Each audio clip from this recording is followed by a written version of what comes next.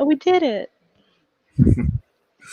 Hello, everybody. This is Nicholas Tanek from YourKinkyFriends.com, and oh my God, she's back, the magnificent. This is she's a friend. She's a friend, and we're gonna talk a lot. We're gonna talk about blogging. We're gonna talk about avatars and second lives and being a little and running through the woods and sex toys and all of that stuff. Please welcome the magnificent. And oh, we're also going to talk human furniture. Please welcome the magnificent SugarC.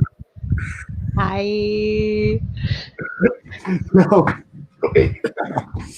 Quick reminder before we go on. They, them pronouns. I always forget to remind anybody that interviews me. No. Every Yeah. time. Okay. Let's talk about that. Yeah. They, hmm and Yeah. correct. Huh? They and them, correct? Yeah, they, them. Yeah. They, them. Now, why? I totally respect it. I totally respect it, and I'm trying to learn more about it. You know, I'm here to teach. and yes. So let's just get into it. Why they them as opposed to him, her, what, or other pronouns? Well, I'm non-binary, and I've known I was non-binary. Well, I mean, in 2008 when I discovered being trans was a thing, and it was a thing that I counted as. The terminology we were all using was genderqueer, but non-binary fits me better now that that's worked its way into the nomenclature. It kind of explains what my deal is. I usually so I think you'll find with a lot of trans people, and especially a lot of non-binary people, because I think we straddle a lot of lines. Um, what you'll find is that we um, will say like non-binary, and then we might have more specific labels that work for us. Like demigirl is most accurately describes my gender, and I've never heard that one. Oh my God. yeah, and so like And I know demigod, you consider the prefix demi, and also I mean demigod, me, but but yeah, so it's just I think from the time I was like 10 years old, I knew I was not like everybody else, but I grew up in like super rural Western North Carolina in the Appalachian Mountains in like a small town. So it's not like I had any blueprint. Like I didn't know trans people who were out when I was a kid or a teenager, you know. Uh, so yeah, I discovered that, and they them for a long time I kind of put off changing my pronouns. I didn't start using they them even part time until 2016, even though I have been non-binary twice as long as that, basically. You know, Interesting. that's Okay. not how years work. So last time we spoke, Mhm. last time we talked was I think about a year ago or something like that. Yeah, a year and a half. A year and a half. Or, oh my God, the time just I flies. know, right? It's like, seriously. I'm going. I'm on like Twitter and Facebook, and they're like, "This album came out 25 years ago today." I'm like, "Oh my God!" Right, right. So what have you been up to since the last time we talked? Being homeless a lot of the time, which was super fun. No, it's not. No, it's not fun. It's not fun at all. It's awful. Uh, yeah, I was street homeless, sleeping in an emergency shelter for like a year or not a year, a month, very different Oh amount my of time. God. Um, for a month in December 2018, and then The partner I was with then that was also homeless, we kind of bounced around a little. We were able in January. We were able to go stay with an old childhood friend of mine who'd moved out to the West Coast as well, for a few months, and it was super sweet of her and her partner to like just put up with us just being there. Like, we don't know what the next step is or what we're doing, and we fundraised to get this old used RV, and my former partner renovated it a little bit so it was actually like livable. It had the storage we needed. And our plan was to head down to Reno because one of my partners has a leather family. They're in there, um, and they were going to help us get on our feet.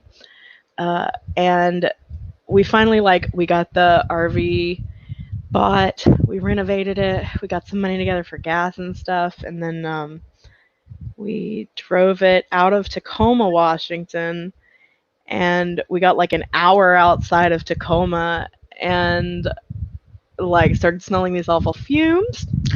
And that was when we discovered it had some issues. So we like parked at a rest stop and stayed there the rest of the night and let it cool down because we were gonna visit my friend Epifra in Portland and spend a couple days with her on our way down. So we spent the night in at a rest stop. We decided to get back on the road the next day, just try to head down to Portland. And then it crapped out like right outside of Portland, basically. Like it started having issues while we were on this bridge into Portland proper, and I was like, I think I need to ask if we can stay with Piff tonight. And Oh, Piff came through and was super helpful. We stayed with her and her nesting partner for like a week, which was super helpful and generous. And she helped hook us up with some friends who live where I live now, which is in Salem, Oregon. It's like an hour south of Portland.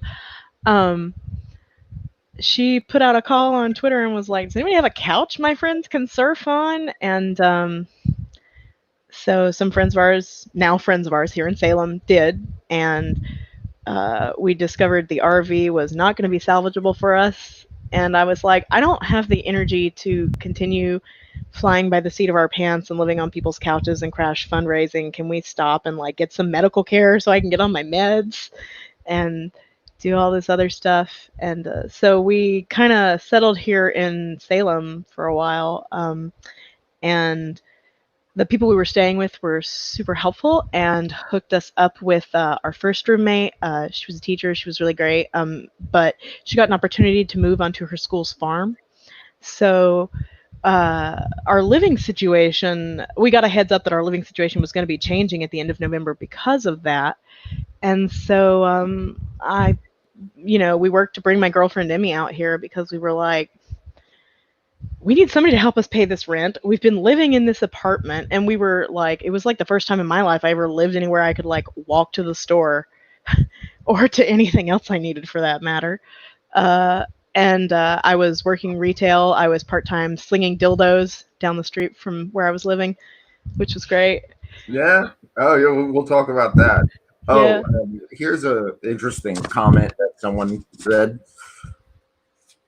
Ah, if only I had the leather. I also love sexy dominas in leather. BBW, then I really don't care. I mean, if you're a woman in leather, you can step on me. This is Oh just, God, yeah, like, hit me up. I love big beautiful women. Oh my God, my dom is a BBW. So it's like I'll yeah. Right. Yeah, no, I get it. I totally like. And the Yeah. BB community, especially like in online content creation, are That's great people, great. interesting.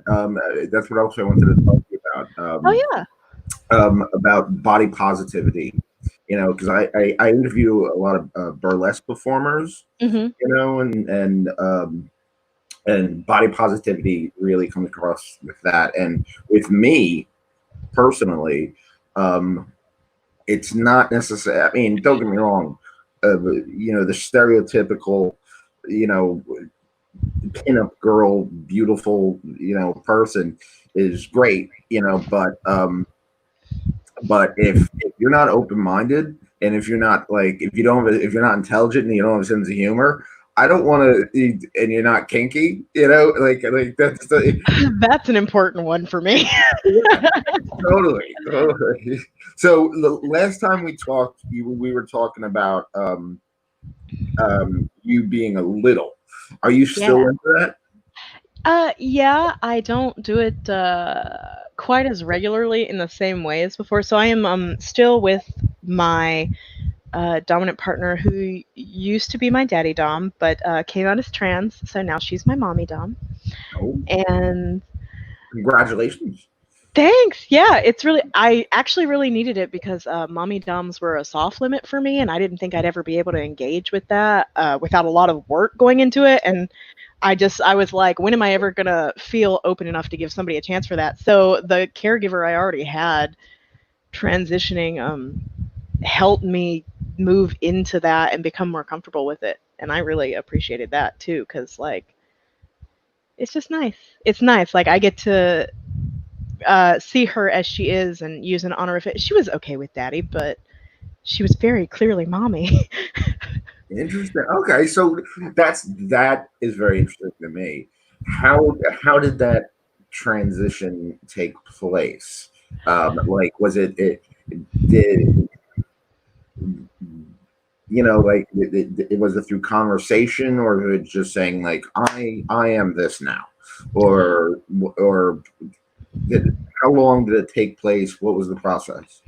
Well, let's see. I think her egg cracked in like December. Um, and that was when she realized she was trans and started pursuing it. And she told me, and I was very happy for her. And one of the first things I said after she talked to me about how she felt and how happy she was to be like doing something that finally felt authentic and stuff. Um, I was like, should I call you mommy? Should I call you? Can I? Is it bad if I call you daddy? But like, what do you want? Like, I'm a femme daddy, so like, gender, and daddiness are not inherently linked. Uh, They them. Yeah. yeah, yeah, exactly. And yeah, I asked her, and she was like, daddy's okay, but mommy's okay too. You can do whatever. And I said, well, it feels like mommy now, so I'm just gonna try that. Please let me know. And I've checked in with her a few times over the past few months since we've done this like honorific transition, and Interesting. it's going well. Yeah, she's been doing a lot of stuff for that. She's long distance, so uh, in the time of social distancing, like the fact that most of my relationships are long distance is not as inconvenient as it has been for everybody else. Yeah, yeah. You know what? We had fun. Social distancing. We had a water balloon fight. So we went outside and just had a water balloon fight. A bunch of friends came over. I thought that was kind of cool. That was fun. And we're gonna probably start like badminton or something like that, Oh my god, that's a great idea. just to get just because you don't have to be near each other to play badminton. You know. Right. Plus, it's not like tennis where it's like incredibly, you know. Uh, I loved tennis when I was a teenager. As an adult, I'm like, no, Yeah. no. uh, all right. So, one of the questions I have is, I don't know if this was for you, but could have been. Yeah, Uh, hit me with it. Let's go. all right. What's the last humiliating thing you've done to somebody or yourself? Okay, that's good. I'm glad you clarified in that question because when I read it, when you just sent me the heads up list of what the questions would be, I was like, to someone else or to me? Yeah. Like most recent, you said? Yeah. Or the most. The most. I don't know about most. I don't think I. You've heard my favorite. Yeah, I know these. This is a persistent comment stream. Yeah. I know though. I know it's good. Like I make money on it. This is the money maker. Anytime I hit my butt on something, I'm like, oh no, my money maker. Um, humiliating though. I don't know. I don't. Have I done anything humiliating to you recently, sweetheart? We got to get to human furniture. Yeah, yeah. I mean, like, I think the human furniture is really like the most consistent thing, like humiliation aspect in my life right now. Okay. What, sweetie? Yeah, but also like my furniture here doesn't consider it humiliating, and neither do I. Like when I'm making her be like my footstool or my lap desk or whatever, I like to get her to lay across my lap when I need to bear down on something. Hmm. When I'm like making her be my furniture, it's not really to humiliate her so much as it's just she's so helpful. She's my little service bunny. So Right. yeah, so I haven't been humiliated in a pretty long time. Like I think the most humiliating thing that I remember happening to me in the past 2 years was a consensual kink thing where a dude dragged me to the bathroom by my hair using it as a leash and just like pissed on me, which is great. All right. Like that's that's where I'm going. And I've got Yeah. a All water right. sports custom to actually do that. Again, I'll be bottoming for, so that'll be humiliating me, I guess. Again, I don't view it as humiliating because I enjoy it, but I have a weird relationship with humiliation. So Yeah. No. No. No. Trust me, I do too. I think we all do. Yeah. Yeah. Yeah. I own French maid outfits and straight jackets and all that stuff. So, Right, um, and they're all for me. So, so all right. right. Let's talk human furniture. All right. Okay. So, the typical one would be a footstool, right? That's the most Yeah, popular. yeah. Right? Obviously. But there are others. What are some of the most interesting human furniture things you can think about? Like I said, I love that lap desk thing. Like, it may not have points for like creativity and being like super esoteric or whatever, but in terms of functionality, like if you want your king to be both utilitarian and get your engine going.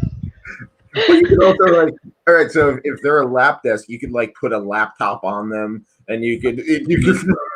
Yeah, I what I like to do, we haven't done the lap desk in a little while, but what I was really enjoying doing for a while was using her as a lap desk while I was like writing it. So I keep a bullet journal, because it's one of the only ways I can remember things and keep track of all my stuff.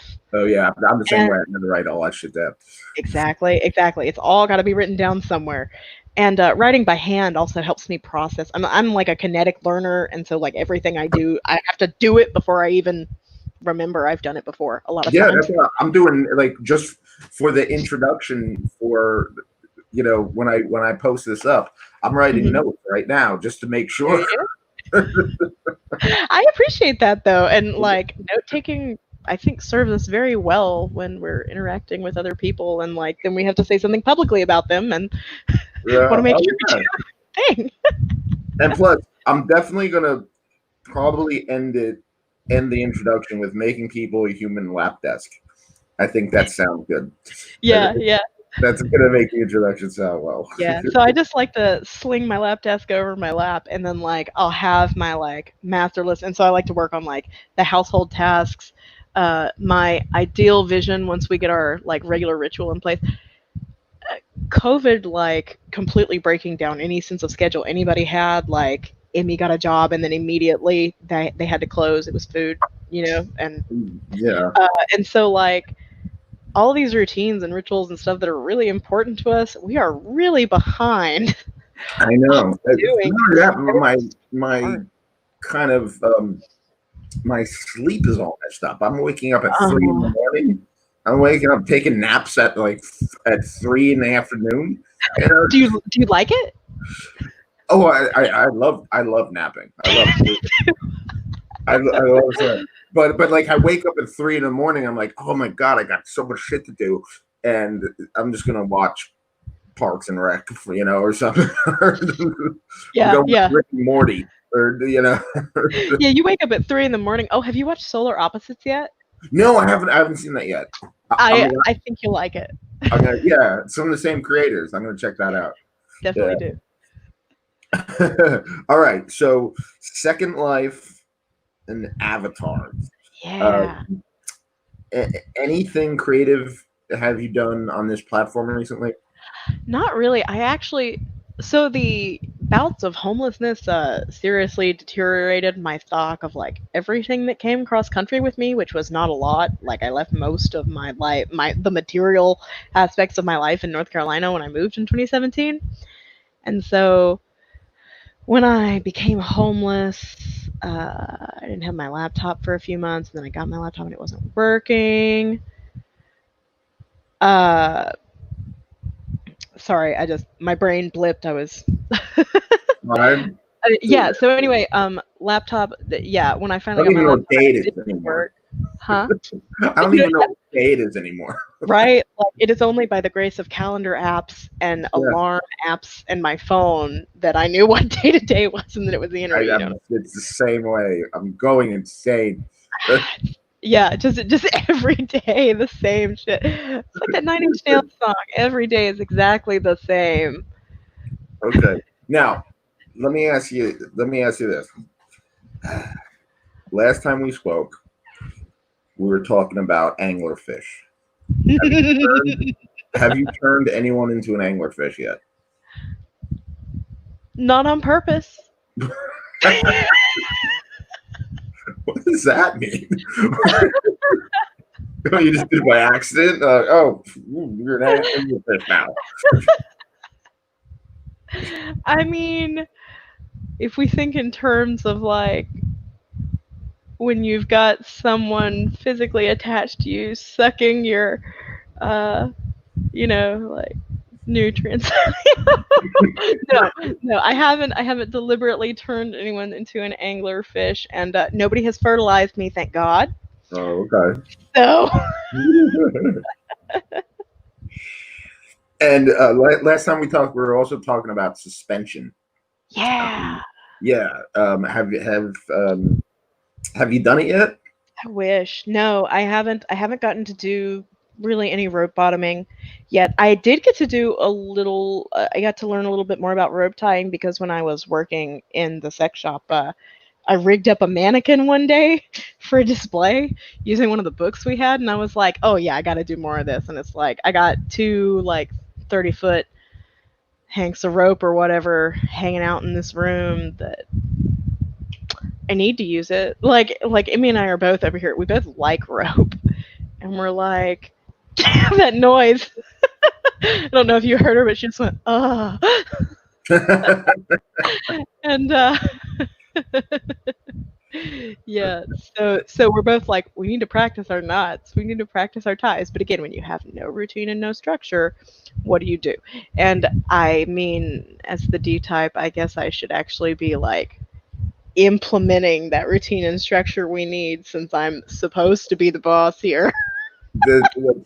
What's funny is Melissa, Miss Melissa, she does research. She goes on like YouTube and she like finds knots and she's made nooses and all that shit and all that stuff. Like gets very, very, very creative.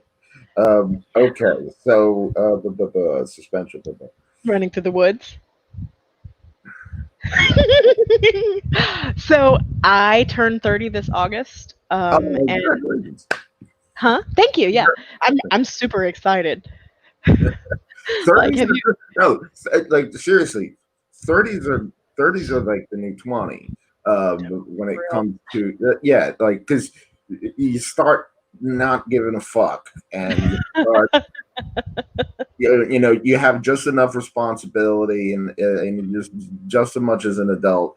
Whereas in your 20, you just like kind of party and have some fun. But 30s, you could be like, oh, um, I'm into this kink. I'm going to express myself. I could do right? that. And it's around the 30s and 40s that I noticed that really things became to like blossom, especially with creativity, at least for me. Yeah, yeah. And oh, we'll talk about that later. But yeah, so running through the woods, um, I forget, was it running through the woods naked? Was it chasing Yeah, people in the so woods? yeah, so the context is my goal for my 30th birthday was to have a partner set up a pursuit and takedown and capture kind of scene. Hmm. Uh, and I wanted it to have like a running through the woods component because I like that. And sorry, I was just reading the chat. um, Oh, you can see it. I didn't know oh you. yeah, yeah. I switched over to the live comments so I can just see the stream of it. Yeah, we get a lot of crazy. Yeah, that happens. It's the internet. It So is. so yeah, like that my goal was like I wanted to have like a running through the woods component, but also like I have always known that component needs to be shorter because it's like I'm disabled, I'm getting older, and my body absolutely is letting me know it day by day. Oh And yeah. so, Oh, like, in that's terms of the amount of running through the woods I am prepared to do, it's not what it used to be. And so, I really want to focus on the like social engineering and like navigating social situations like a play party or whatever. But with COVID, I don't think that plan's going to come to fruition this year, yeah, maybe not. I which don't is like disappointing, but I'd much rather be safe than get my jollies and then have us all get COVID after. know. I have a friend, the lady of Sands, a very, very good friend of mine, who's actually a pagan love witch, and That's awesome. she like she gets her kicks off not only to tying men to trees in the middle of the woods, but chasing after them and with knives in the woods. That So sounds fun. yeah, she has a she's great. Yeah. So all right, let's talk about your blog. You're a writer. You've done. You have your own blog. Please tell us about it and tell us about your what you're doing creatively. Okay, so yeah, 9 years ago I started my blog. Um, and initially it was about reviewing sex toys. Anybody that's watched my first interview like knows this stuff. Sorry for repeating myself, No, y'all. this is part two. We can do whatever the hell we Yeah, want. yeah, we're the boss now. Yeah. Deal with it. So yeah, so 9 years ago, my parents, my family's house burned down while I was in university, um, and my mom was like, "Well, we've always been broke as shit. We don't have anywhere to live, but we have a little bit of insurance money if you need to financially ease your pain." And I was like, "You know what would ease my pain? Fucking dildos." And so I, well, it wasn't just dildos. It was like a rabbit and a ball gag and a neoprene cuff set, like sex toys. It was sex Sexual. toys. Yeah. Anybody who knows me is like, of course it was sex toys, sugar. um, and I don't know which of you I was just impersonating there. None of you sound like that. So I started like I do research on things because I'm a nerd, and so I started like just researching sex and reading sex toy reviews before I made decisions about what I wanted to purchase. Or maybe more accurately, before I made decisions about what else I wanted to purchase. And I found Pipra's blog and I loved it. I laughed. I learned so much shit and there were so many cool sex toys and I was like, I would love to do this. I could do this. Like I love cracking jokes. I love yelling about my vagina. And Well, your and name is Sugar Cunt. yeah, yeah. There's a character in season 3 of Harlots that I just saw last week who is also nicknamed Sugar Cunt. And I'm like, yeah. Oh Of course, wow. I mean the character's terrible, so whatever. But that's not a reflection on me. I'm perfect, and nobody can say anything otherwise. That's there's an episode of this show um, with Miss Melissa, and where it's just an unboxing episode, uh, right? Just an unboxing episode, Uh-huh. and we were supposed to get something like one of those things that you like a pump for the that she would use on me to Yeah, for a penis. yeah. But they gave us the wrong toy, and it turns out to be a it looks like a duck. It's a dildo, right? But it looks like a duck. And then when you press the button, it does vibrate. And then there's another button, and then it just starts inflating. Like, and we're like, what? What is this? So a duck in like the shape, or is it really modeled to look like a duck as well? It looks like a black duck, you know. So it's like a ball, and then it goes like this, and it's small, right? But then you press a button and it blows up. It goes, and we didn't see that coming at all. We didn't. First, Inflatable toys are getting so cool. I have seen some really neat, like automatic inflatable toys. The one I saw that I thought was cool was a double-ended dildo, and it's the like totally strapless style, like that Fun Factory started. You know, that double dildo style where the wearer wears the bulb end and then just yeah. rams you with the other. Yeah, they make one now. Fun Factory doesn't, but this other company does, and the inside bulb inflates, which is genius Wow. because I know so many people. Like when I had one of those, um, when I had, sorry, I got blipped again. Yeah. So anyway, when I had, what was I saying? Double-ended inflatable Double dildo. inflated. Yeah. So when I had a non-inflatable double-ended style, I used to have two actually. But when I first tried one with a partner who was going to wear it and use it on me, it was a partner who didn't who didn't receive a lot of vaginal penetration, uh, pretty much ever. Like, just wasn't into it, and didn't have a lot of sex and stuff. And so, like, if you're not exercising your, pelvic muscles, they're not as strong, and orgasms can exercise it and insert, yeah, and like using them exercises it. So, like, my partner just like put it in and stood up and it fell out because they didn't have enough experience with their pelvic floor and the strengthening. So the bulb would help people who don't have like fucking vice grip pelvic muscles for whatever reason at any point. I think it's a great idea. We were talking about my blog, and so I started reviewing sex toys. I've written about dating mishaps, just horrible. How to cockblock yourself with me And was what one of. is? Just say the name of your blog. Do Oh, how we find it. sugarcutwrites.com. Okay. It's just, yeah, one word.com. Right. And It's not like that's yeah, W writes R. is in with a pen. Yeah. Yeah. It's not like Good sugar thinking, right. Mister. But yeah, and so like I've written about dating mishaps, I've written about ableism, I've written about being fat, both in like sex and dating, and also just like what it was like growing up fat sometimes. Um, the last thing that I think I posted on my blog was this thing I posted for my 29th birthday, which was like 30 things to acquire before 30.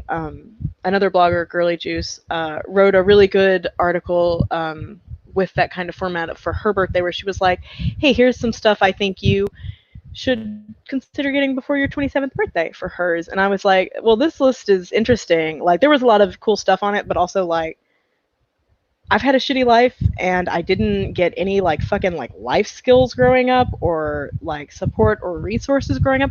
And that was the kind of shit I needed before I turned 27. Like I needed to know how to get discounts on medication when you're uninsured. I needed to know how to like identify gaslighting and what toxic like signs of toxicity and abuse in relationships were. Uh, and I needed to know like how to get to social services. When I moved out to Washington from North Carolina, where I'd lived in the rural ass mountains most of my life, uh, using public transit was new and confusing. And I think anybody that expects to use a bus system at any point in their life, even if it's once or twice, might just want to read up on how those work first, because I've had to learn progressively through mistakes like every single time I've gotten on a bus. My You're entire in the wrong place. Yeah. oh yeah, and in Seattle it was really tough at first because like the public transit system is a mess out there. And it was confusing. I didn't know what to do. Yeah, so it wasn't great. So just like life skills that like if nobody was giving you any fucking life skills or advice growing up, somebody should give you.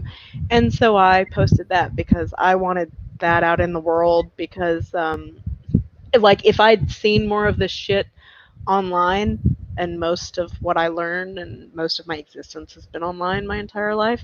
Maybe I would have spent less time in an abusive marriage. Maybe I would have been able to afford psych meds more often in the past, Okay. 7, 8 years.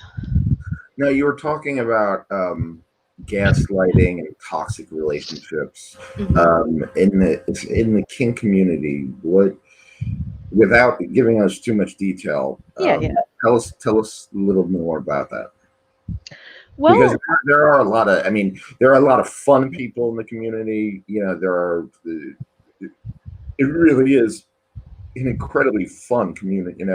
Open-minded, wonderful, creative people, but mhm. there are some assholes, and yeah. So Absolutely. And like my marriage that ended that was emotionally abusive. It wasn't really kinky. I mean, toward the end, honestly, some of the things we did were unofficially like they were kinky things that we were just unofficially doing together. It was not we weren't like we're gonna do this kinky stuff. I'm gonna call you my sub and stuff. But it was like setting up rituals. I'd brush my ex-wife's hair every night and we'd listen to a podcast and shit like that. And yeah, and like it was sweet and all, but kink wasn't really what defined that in our relationships. But I would say in the kink community, when we see abuse and toxic relationships, I think a big problem the kink community has is that we don't listen to survivors. Uh, interesting. yeah, I mean, again, like when I say Good we, point. I don't mean every single one of us. Obviously, this, it's like when I say I'm fucking tired of men. Like Nicholas, I adore you. You're a wonderful man. But like, oh man, so again, the same thing. The kink community has this problem on a broad scale where we're not listening to survivors. We're not listening to marginalized people, especially fucking like this is coming up a lot right now, specifically too. We're not listening to black members of our community who report assault and harassment. In fact, I have read several accounts from black members of the kink community and like sex and kink education community, people I strongly respect and care about.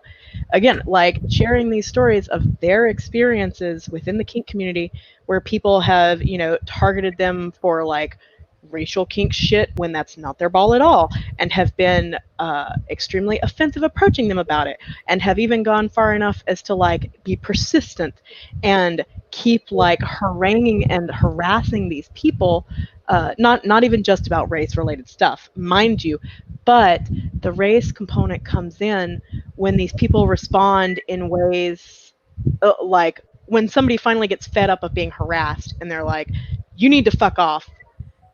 Like a small white lady being told by a black man to fuck off, who then goes and makes a big deal about how scared she is, even if his tone was level or whatever. Like it got an educator that I respect very much, like completely ostracized from his community for a year. uh, like nobody's actually listening to marginalized people and nobody's listening to survivors. Instead, I think a lot of our community is focusing too much on like preserving the fun people and like also preserving people that we regard as like mainstays in our community because they've been around forever. But if you've had one, two, three, four, like if one person comes forth and says like a prominent member of your community has repeatedly like violated their consent or whatever, they're probably not the only person it's happened to. Interesting. And I don't think like the pushback survivors get when they speak out about this stuff is extremely alienating. Like I know a ton of survivors who just like don't go to events in their local area because the person who abused them that they have talked to leadership about is still in the community, accepted with open arms. Like the signs are there, and people will voice them. People will be like, "No, this guy fucking told me I had to stop talking to all my friends. This guy fucking told me that to be his sub, I have to only speak to him. I have to dress exactly the way he wants. I have to be ready for sex whenever he wants. We're in a TP CNC, like no safe words, and this guy's just doing this." It's just not. Nobody's listening. Nobody's listening. That's true. That's That's what I'm true. upset about. And oh, for when you're talking about people of color on our the Your Kinky Friends podcast network, we have a podcast called Black People Kink, and it's by Black people. I was on it, even though I'm a white dude. You know, You're allowed to guest occasionally. yeah. Black people might want you around. I love Black people. Yeah. But yeah, so check out Black People Kink. Shout out to them. They've been on the show several times. And yeah, they have and check out you can check it out on your Kinky Friends I stuff. would love to. Do you who's running it? Who regularly uh does the like talking basically? Oh, they're a couple and they're Oh, adorable. that's great. They are absolutely it's a DS couple. Mhm. Um, and like seriously, they're adorable. They're so funny. They come like they came out of the gate on their podcast. They came out of the gate like right. You know what I mean? Like it wasn't. They weren't just like I don't know what we're doing. Like I do it. Like this thing. This whole show is like lo-fi punk rock style, right? Yeah, Yeah, their show is like very well produced, and that's awesome. yeah, Black People Kink. Check them out. Check them Yeah, out. hey, if any of my friends and followers who happen to watch this, see this, hear it. If you've ever dreamed of me bossing you around, I'm telling you to go watch Black People Kink. Go listen to it. Check it out. Well, it's a podcast. So you got to listen. Yes, yes, Yeah, listen to it then. yeah. Oh, are there transcripts of the episodes, like text transcripts, available? I don't know. There are videos of me interviewing them and hanging out with them. Oh, So I was just wondering for like my deaf friends and followers and stuff. that's an Yeah, interesting thing. yeah. Yeah. If somebody on the Your Kinky Friends team has the time and energy for captioning, you'd definitely open it up a lot for the deaf community if That's you a could add. that's a great idea. That's a pretty awesome idea. All right, let's talk about sex toys. We love them, We right? do. Yeah.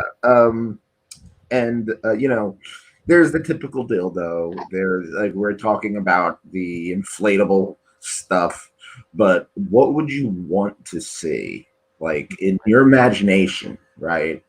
Because I fantasize about shit all the time, right?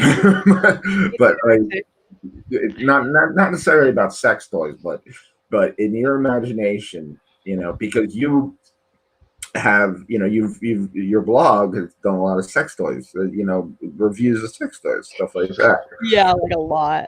What what would you want to see in the future? So I'm gonna start with specifically a kinky point.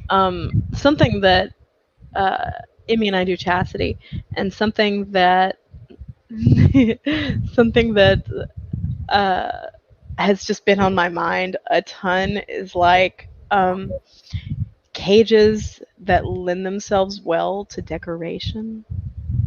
And I know that probably sounds weird, and I mean You maybe mean I really like like aesthetic seasonal, experiences. like like like seasonal, like Christmas and Well, I mean, I don't think seasonal because like I'm a notorious Christmas hater and shit. But uh, more like yeah, I'm it's more not rich. like it's more like I want to cage someone's penis up. And then like yes, with the structure of like just a metal cage that has like the bar actual cage-esque format, you can like wrap ribbons around it or little vines or fake flowers or whatever, really decorate it, make it yours. Uh but it's kind of like you can you want to decorate it off the penis a lot of the time if you want to be able to move everything where you need it and put it on.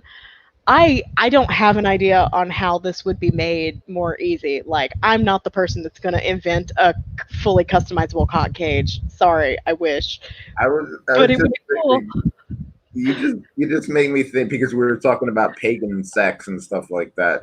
I was just thinking of a cock cage with like leaves and stuff coming out. Like, Yeah, yeah, just like a bush over your bush. I even got Emmy laughing before she left. I'm so proud of myself for that one. yeah. So wait, okay. So all right, let's get into chastity because I don't know if we talked about this in the last interview. Yeah. Um, do you have anybody in chastity right now?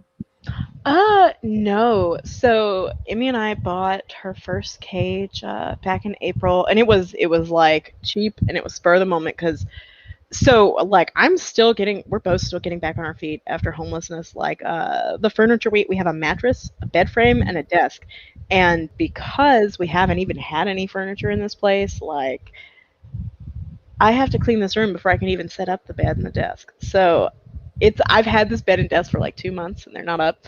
So I don't have spending money most of the time. Most of our money goes toward rent, uh, pain maintenance and medications, and then like toilet paper. But I had a little extra after my stimulus check came back right at the end of April. And so I was like, I'm going to do it. I'm going to buy her cage. And I got her a cage. I got her some bralettes and underwear because when she moved out here from Georgia, like she didn't have any gender affirming clothing or anything with her in Georgia for fear of violence. So, like, I wanted to start repopulating her wardrobe and I wanted to get her cage because we love chastity. But the cage didn't fit because I did not measure thoroughly like I should have because I don't have a measuring tape anymore. I have a Biggest mistake anybody's ever going to make is not measuring. yeah. I have a custom made one, and it was a couple $100. Yes. You want to see it? Yes, please. I would love to see it. Who made it? Mature metal. Very cool. Oh, this is going to be gorgeous, isn't it?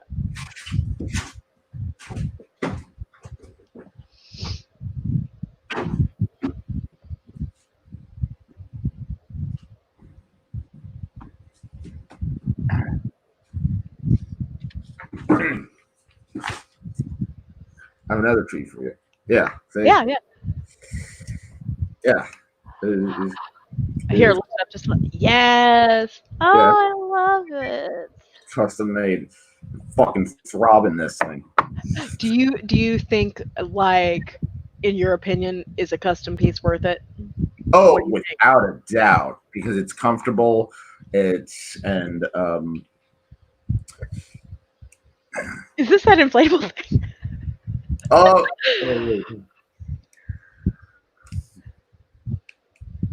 Hold on, it's off camera a little bit. Move it towards your face more. no, Yeah, there we go. it's dead. It's No. yeah, it's I comfortable. wanted to see it. It is way more duck-like than I expected. I I really. know, right? I thought you'd like that. The fuck swan. So, and what's funny is because that, like, we weren't expecting that. We're like, what the fuck is it? I love it. All right. Yeah, we did in sex toys. We already did BDSM on a budget. We don't have to Yeah. do. Yeah, and I don't really have anything to contribute. Like, I'm on a Okay, budget, but yeah, most of our that's fine. play is mental, you know? But yeah, oh, that's actually a good topic. Yeah. How to keep things mental, when it comes to it. Not necessarily because you don't have money for toys or outfits or anything like that. But what are some ways mentally you could keep things kinky? Well, we're in the Rona world now, No. so mental play is especially like I think a lot of people are now discovering the importance and usefulness of mental play because you can't social distance and be on top of somebody at the same time. And so for me, I find that some of my favorite things about kink in my daily life. I mean, I don't know if she would call it 24/7. I think of our relationship as 24/7. We switch in everyday life. I'm the dom. Um, my role as the dom can change, but in everyday life, like I'm the boss. And what really like helps us reinforce that and something that we're working into our like regular rituals and stuff to really enforce this because like I have fibro and all this pain and fatigue. I can't fuck as much as I want to right now. Like most days lately, I can't even be touched. Like if she brushes her fingers down me, I'm just like I'm on fire. Don't touch my body. So mental kink is extremely helpful for us at a time like this and focusing since she's service oriented focusing on things like that really help us focusing on like some ideas I've had that again we haven't implemented because we gotta discuss all this, we gotta round table it. We've been working on our contract like drafts for what we want to put in it, so we're going to have our contract finalized in the next few months. That's my goal. Our 1 year anniversary is in July. I'd like it to be done by then. Sweet. um, Yeah, and so I think the for us things like ritual help the mindset stay in place, and something like whether that is like my girl comes to me and brings me my like household management notebook and lays across my lap when I tell her to, and I use her as a table and we go over like what I expect for her, like her to-do list for the next day basically, and talk to her about it. There's stuff like we role play a lot. And I mean, we like you don't have to have props. They're fun. Don't get me wrong. Like I'm like I have a medical fetish. I love props, but Yeah. but like I mean, hey, BDSM on a budget. Also, you don't have props. Just imagine it. Holy shit, y'all. We do so many like switchy role play things. I keep track of it in my journal actually, like how many times we do like kinks just to keep track of like what we're doing a lot of each month, how much we had sex each month and stuff. Um, and then also sometimes she just likes it when I talk to her like she's my bitch because she is. Yeah. Even if it's just an everyday stuff, and I Some think of, that makes a some of difference. the things, it, especially like if physically you're not, like you can't do it, but like making the other person masturbate Yeah, is like that's fucking hot. absolutely, absolutely. And talking them through it. That's the thing. Like so, it's Right. like I don't need to be fucked right now, I can entertain you while you get off. but Absolutely. yeah. Yeah. I well, and for us, obviously, since we're into chastity, like we do like denial. So, like for us, definitely,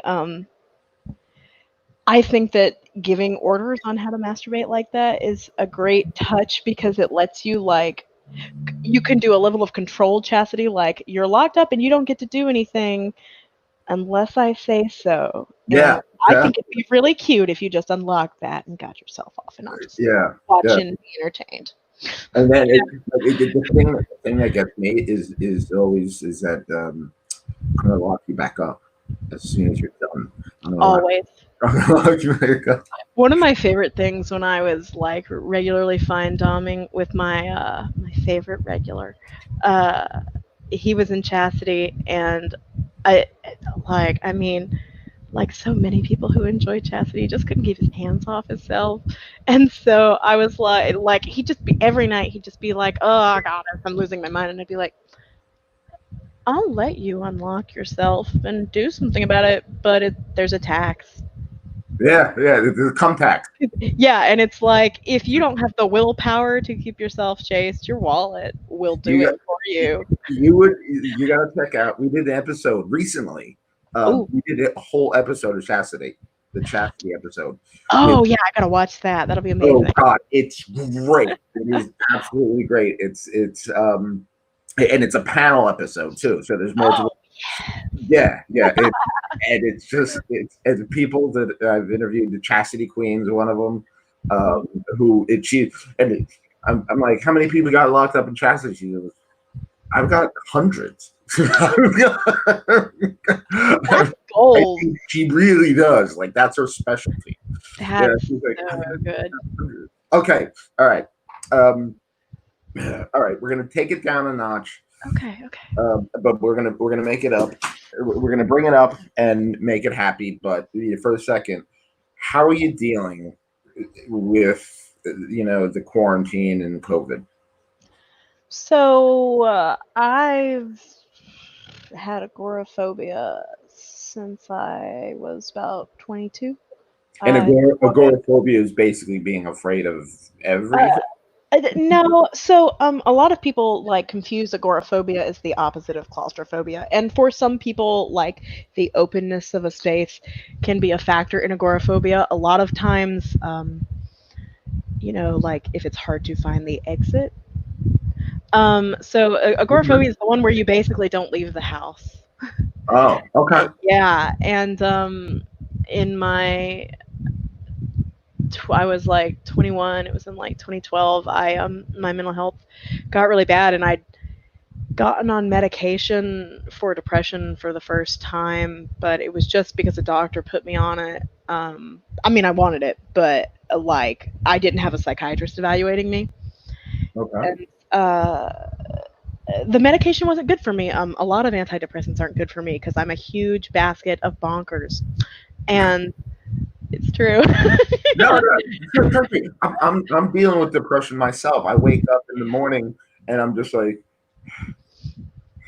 I almost start crying because I like of everything that's going on in the world.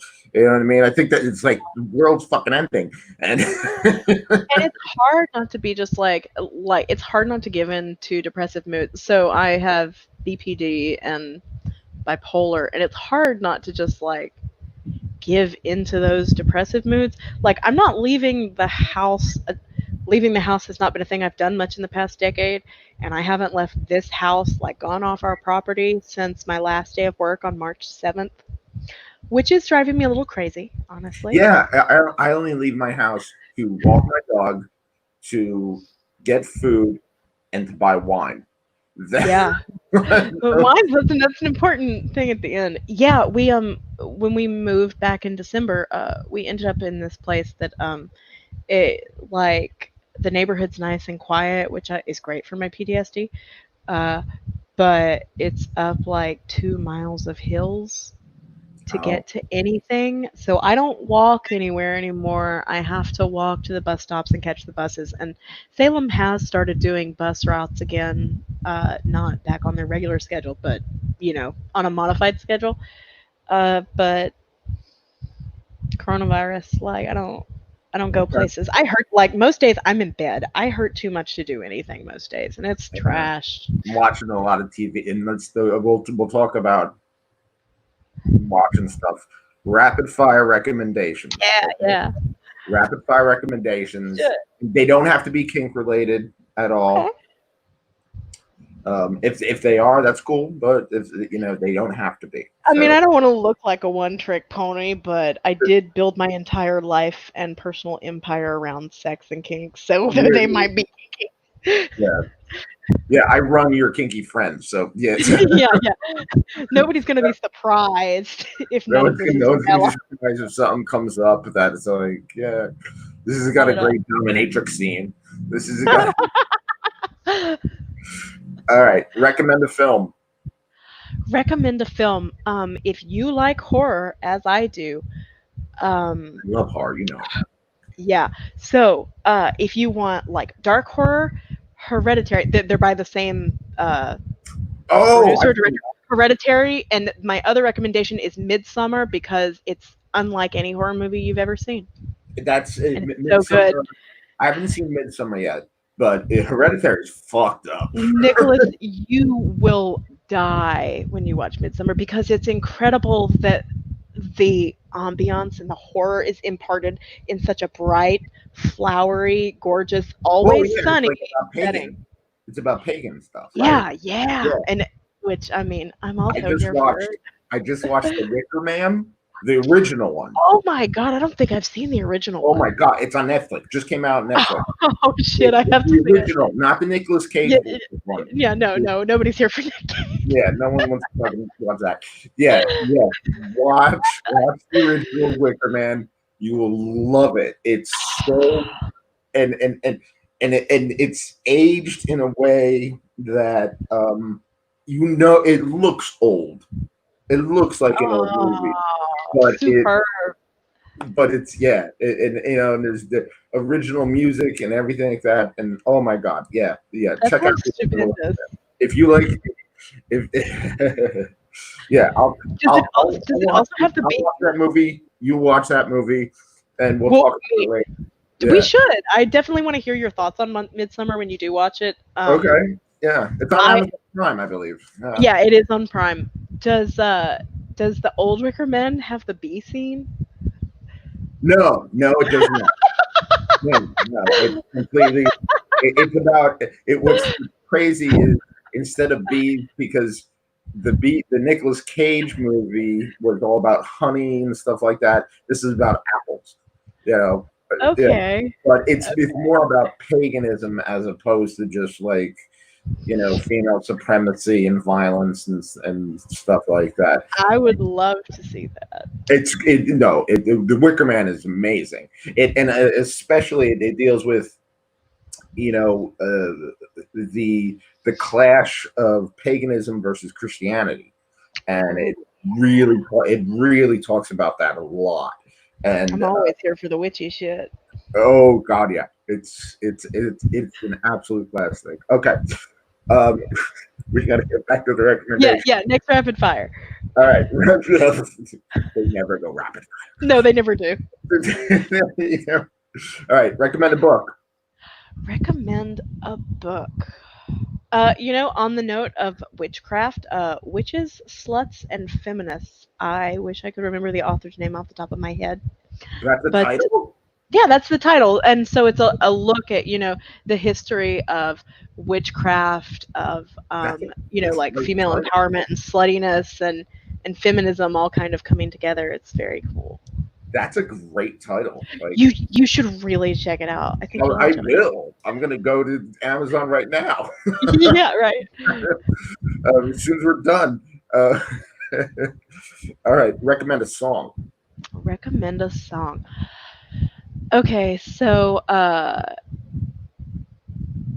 if you want to hear something that like in 3/4 time that I get in like musical obsession holes about semi regularly, is it Whirligig? Fuck it. Let's go with something I can remember the name of. I've also just been listening to a bunch of like dance punk and shit lately. So like Death from Above 1979, like fucking everything they do is like the dance punk equivalent of whatever a banger is, And so and Freeze Me is really good. Like it's got this really good intro that's like, whoa, what the fuck? I'm paying attention, and then it's just bam, bam, bam. I have an entire playlist on Spotify that's just like music that just slaps. Yeah, I'm listening to some shit that I haven't listened to in ages. What are you listening Recently, a lot of Happy Mondays, a lot of David Bowie, to? Oh, Bowie. a lot of Brian Eno, some hip hop, like Run the Jewels, but like old school hip hop, like Tribe Called Quest, stuff like that. A lot of dance music, like what they used to call it acid jazz, because it wasn't like techno music. It was more, just like beats. It was like, so anytime, and like, for example, anytime I got to do something, like if I have to, like when I emailed you Yeah. When I emailed you and I emailed you the questions and stuff like that, and I wanted to do it right. I'm a professional. So I wanted like theme music. So I always put like theme music. Yes, though. That's I so good. that I have a playlist of my own theme songs. Make your theme song playlist if you don't have one yet. Yeah, definitely. I want to hear what I would love to see it if you ever do make one. It's I would very love to hear your diverse. theme songs. It's very, very, very I diverse. expect nothing less. Yes, yes. Everything from every country in the world. You know, every color of person you could think of. Everything like that. Like it's very diverse. I just love other cultures. And I embrace it. Okay. Uh, um, recommended television show. A television show.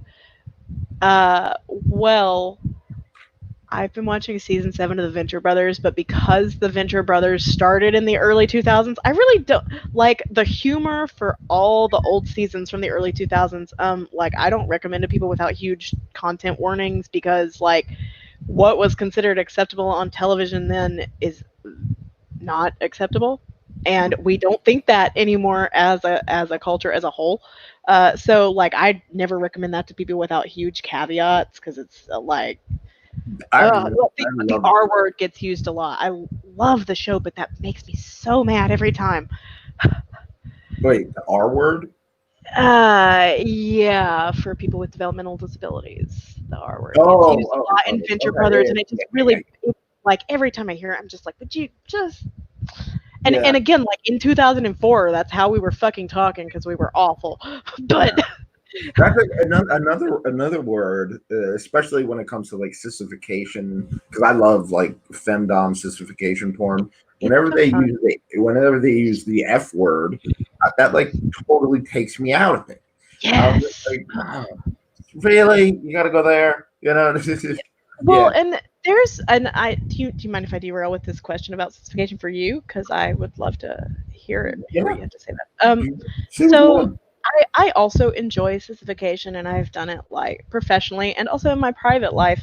Um, but then again, as it also happens, like most of my private partners have come out as trans during or after our relationships.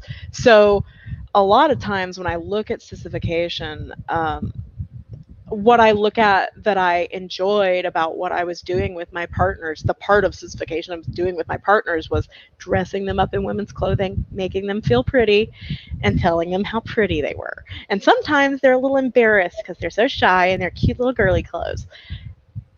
But the thing I don't like about what I feel like a lot of sissification carries in it, like in our just kink culture as a whole, is I don't like the way I don't like it when it feels like it's based on the premise that femininity is humiliating. Yeah, I understand. Yeah, Yeah, and I wanted to hear that's your thoughts on that. Like, does I humiliation do something for you in that aspect? it does, but it doesn't. And Uh huh. let me put it this way: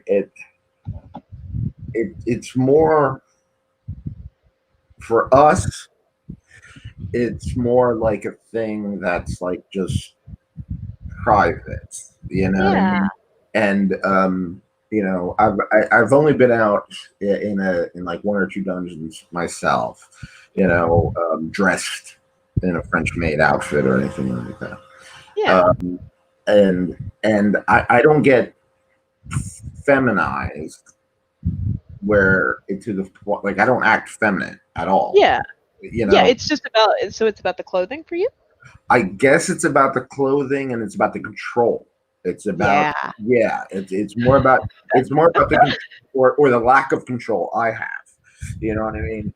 I've Uh, been putting skirts on people with penises since I was 13, and I definitely see the appeal of like why people are into like put this fucking skirt on.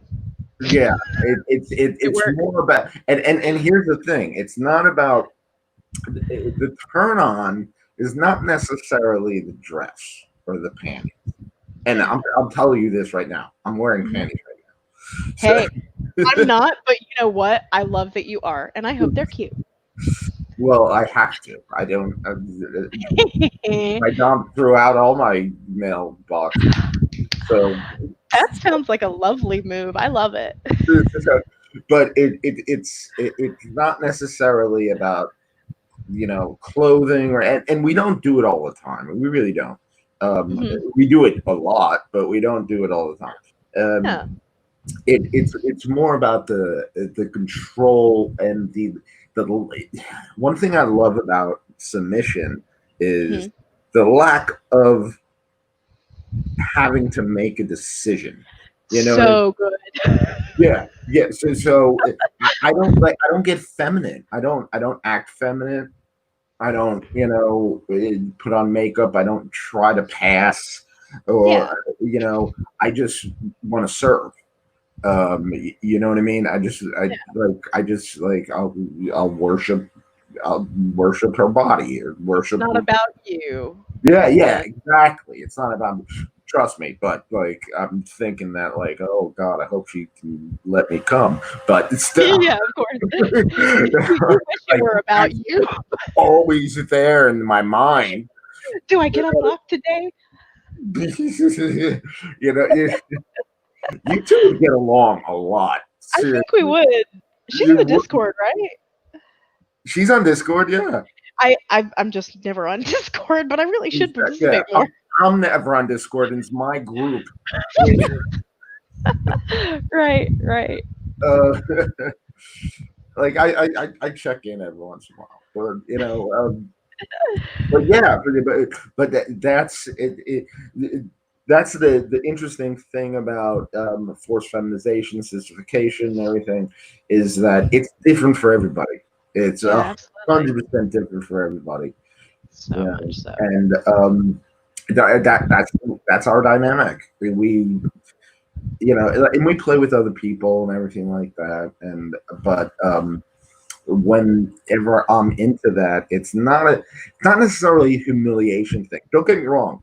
The humiliation aspect of it, the talking of her talking to me, About you how know, cute you are. Yeah. yeah, yeah, like yeah, but it's not necessarily a gender thing. It's more of just like look what I'm doing to you. Look, you know what I mean? It's so I've made peace with that because I really do respect gender roles and gender fluidity Yeah.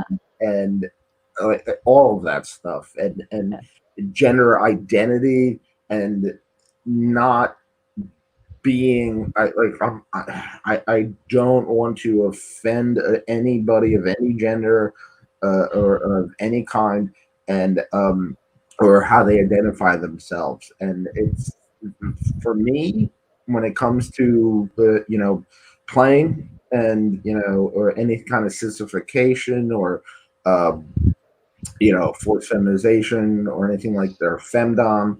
It's not necessarily about gender. It's more about worship and subjugation. That's Hmm. that's that's the way I look at it. Subjugation. That's a good word for it. Yeah, that's yeah, okay. So I love talking with you. I So know it's great. I could do this all day. so okay, one last recommendation. Recommend a meal, Recommend a meal. any kind of meal. Any kind of meal. Okay. I'm a basic mac and cheese bitch. If you, especially while we're at home, like if you like mac and cheese, and if you really like mac and cheese, and like box mac and cheese also serves this useful purpose when you're like super disabled, in that it's super easy to make, and you can I just just throw had it like frozen yesterday. stuff in it. What? I just had it yesterday. Nice. Yeah. No, I'm probably gonna ask Amy to make some tonight. All right. So I got my notes. You know what's next.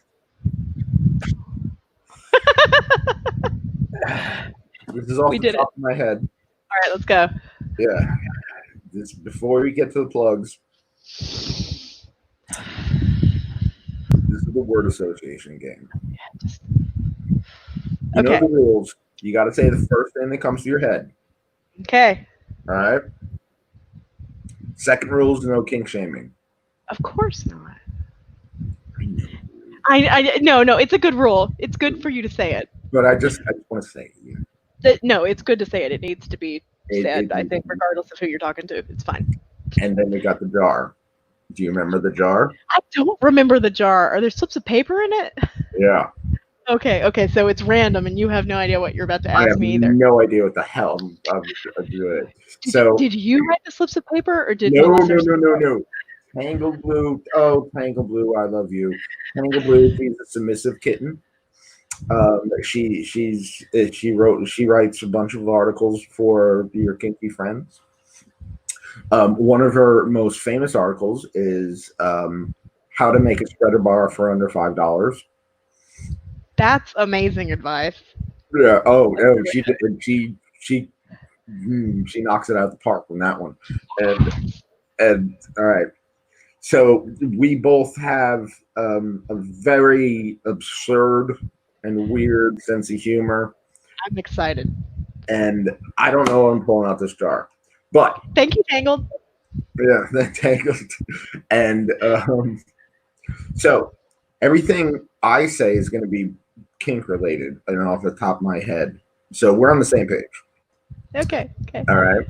And but I don't know when I'm pulling out this jar. Yeah, what's the order? Are you gonna read this and then we'll just both say what we think of, or I'm going to what do you say think? something, and you say a word or phrase. I'm going to say a word or phrase. You say a Okay. word or phrase that pops in your head, and then like later in the game, I'm going to open the jar. Okay, let's do it. Okay, you strapped Yeah. in, got your helmet on.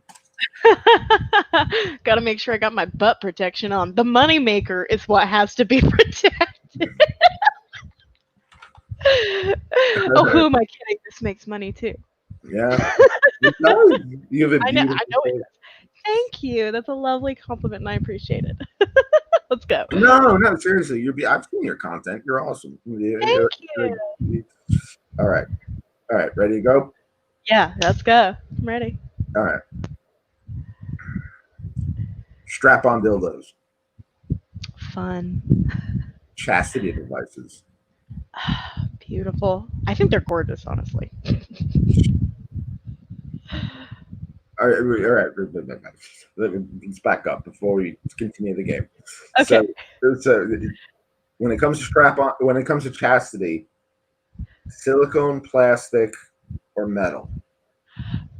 Aesthetically metal if it's the case of like long-term chastity. I think silicone's the optimal material. I honestly avoid plastic. I try to recommend that like when I take on subs and stuff and they're buying, I try to recommend they avoid it. One of my former clients got cut by his CB600. I don't even understand how he managed to break it, but like plastic just scares the shit out of me after this fucking dude whose dick I had a vested interest in for months fucking gouged it on his chastity device, you know? So like never plastic if I have my way. Yeah, I could. My cock's too big. I So, I don't think they make I haven't seen a lot of plastic things that offer a lot of large you know, accommodation for large penises. go metal or go home. That's what I say. That's how I feel. I was introduced to like chastity by Andy from ruffledsheets.com. He's reviewed a ton of devices. His photography is incredible. And he's a super chastity enthusiast. He's super great at it. And he had all these fucking metal devices. And the minute, like, I only had to see like one or two pictures of just a few of them lined up to be like, what do I got to do to put that on a dick? Like,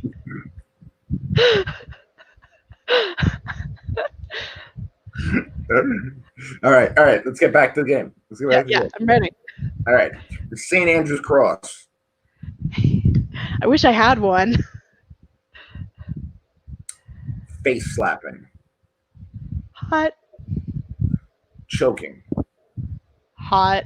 Both of those things, I think hot, and then I'm like, but only if they know how to do it right.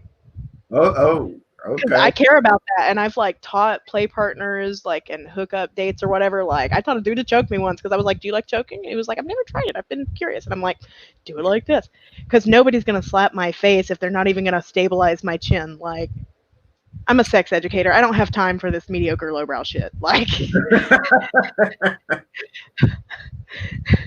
Okay. I love your smile so much. All right. So, corsets. Ah!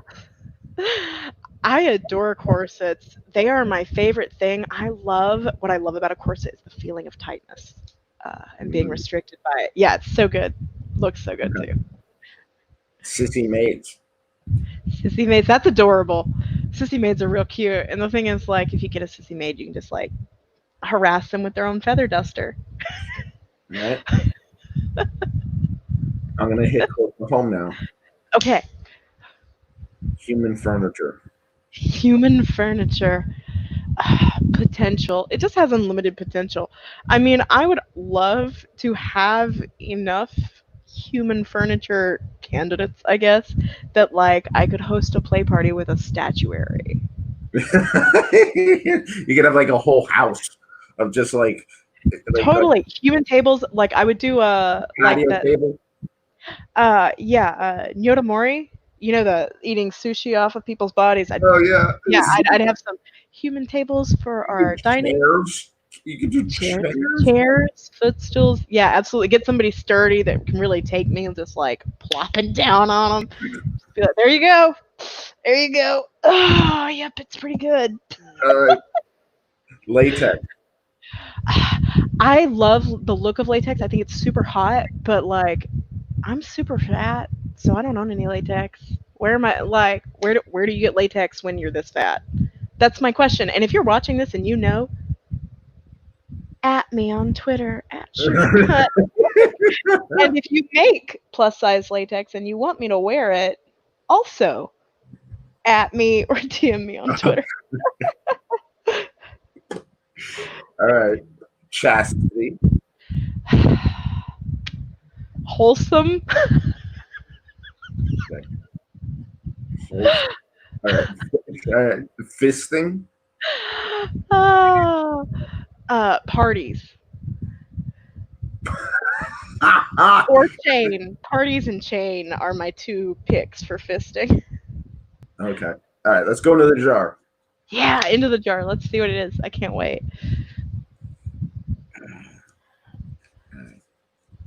Boing. Boing. Okay, so what I really especially love about that is the animation because it's very good, like visual onomatopoeia, and it just makes me think of an erection. Boing. I'm an adult. Bold You have to remind yourself you're an adult. regularly. Yeah. Oh, fuck. I'm an adult. Well, yeah, but you know what? Now that I'm like I found that in the early half of your 20s, you're looking around like, where's the fucking adult? And then the later half of your 20s, you're like, oh god damn it, I'm the adult. Yeah. No. I'm the same. I feel the same way. But vulva sauce makes me think of fry sauce, and I wouldn't put that on a vulva.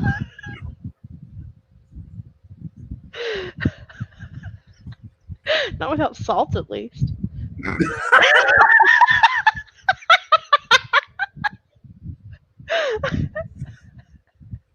That was good. Thank you, thank you. All right. Tip. Tits or GTFO. Tits or GTFO. I mean, I'm from the something awful generation. That's what anybody said to you if you outed yourself as being a fab or a woman on the internet, basically. Snake skin. Snake skin. I love snakes. I don't like snake skin because I love snakes, which is weird because I don't hate cows, but I love leather. Okay. Safety first. Rack, prick, SSC. That's what I care about. Okay. Um, and we've done this before, but we'll do it again. Um, piss play.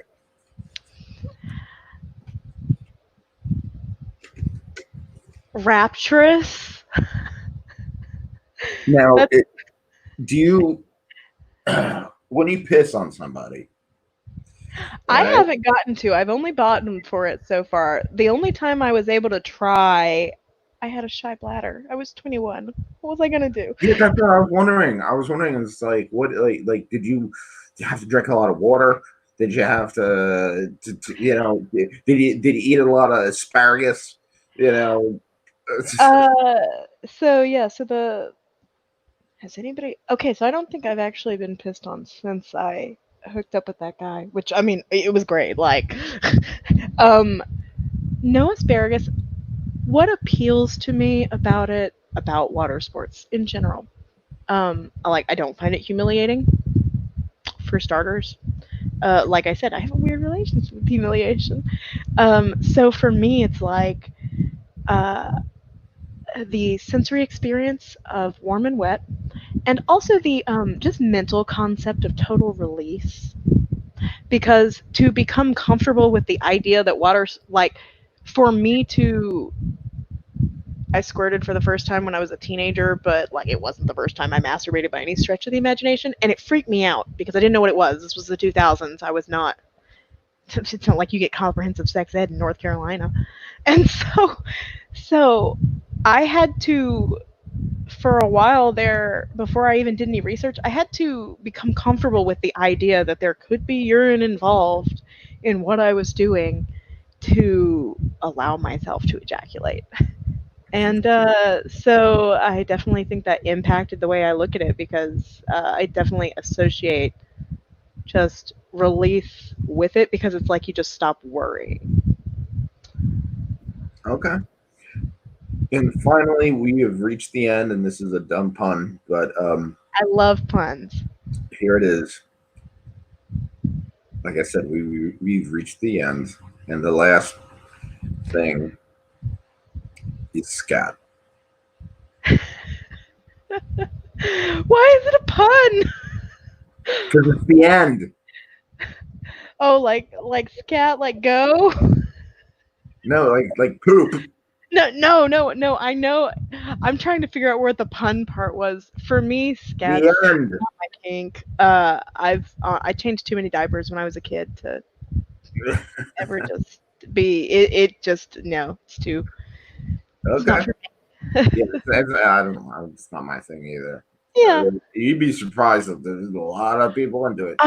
I've I've noticed when I really started doing my content creation stuff and like networking with other sex workers, I was like, this is a lot more popular than I thought it was. Oh yeah, yeah, Something for everybody. yeah. I mean, everybody's got their thing, Mhm. and that's a beautiful thing. I think. I think so too. Yeah, everyone's got their thing.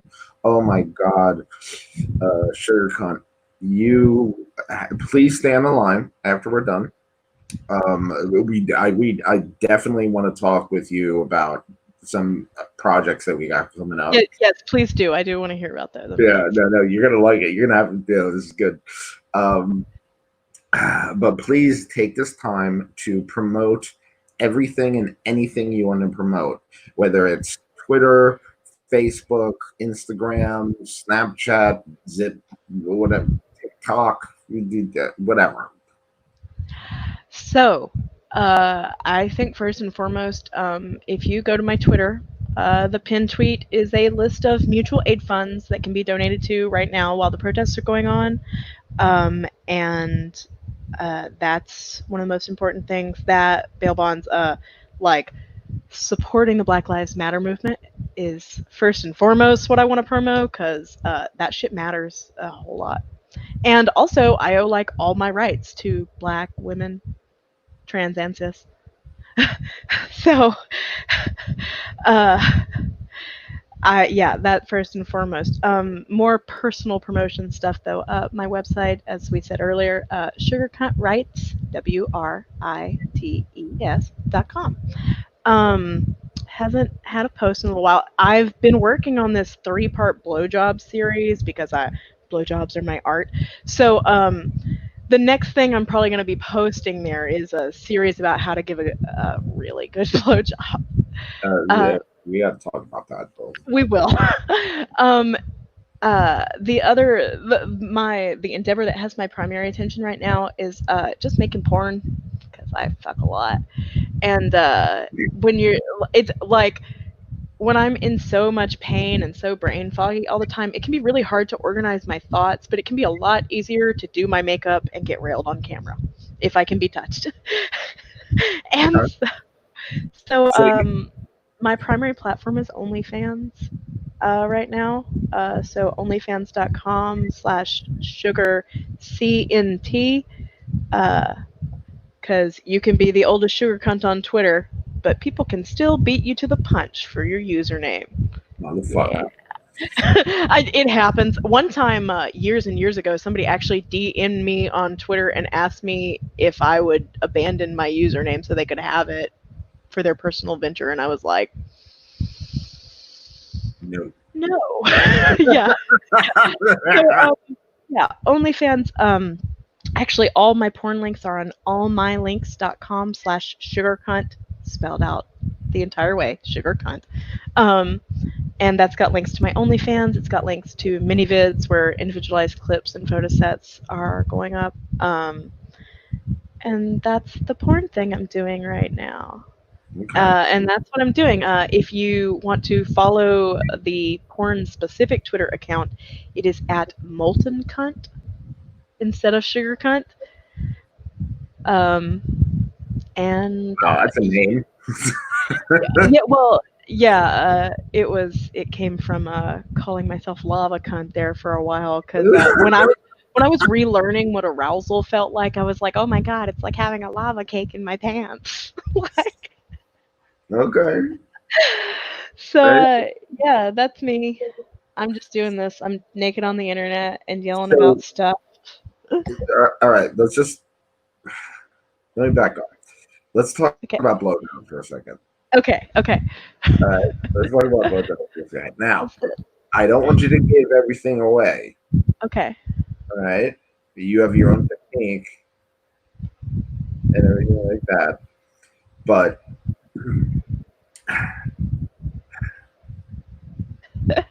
what is this, what is the secret? Like to What is really give a good blowjob?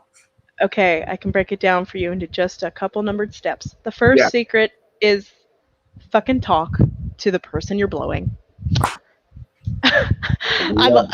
It seems so obvious, but it's not. And here's the thing that I think a lot of people, I think this is why people don't talk during sex, is because they think it's awkward. But like, introduce yourself to dirty talk, because like somebody getting a blowjob can totally Favorite thing. super enjoy you just being like, "Do you like that, baby?" Like, it doesn't have to be weird or stilted. It can be an organic conversation. It can be worked into the play and the banter.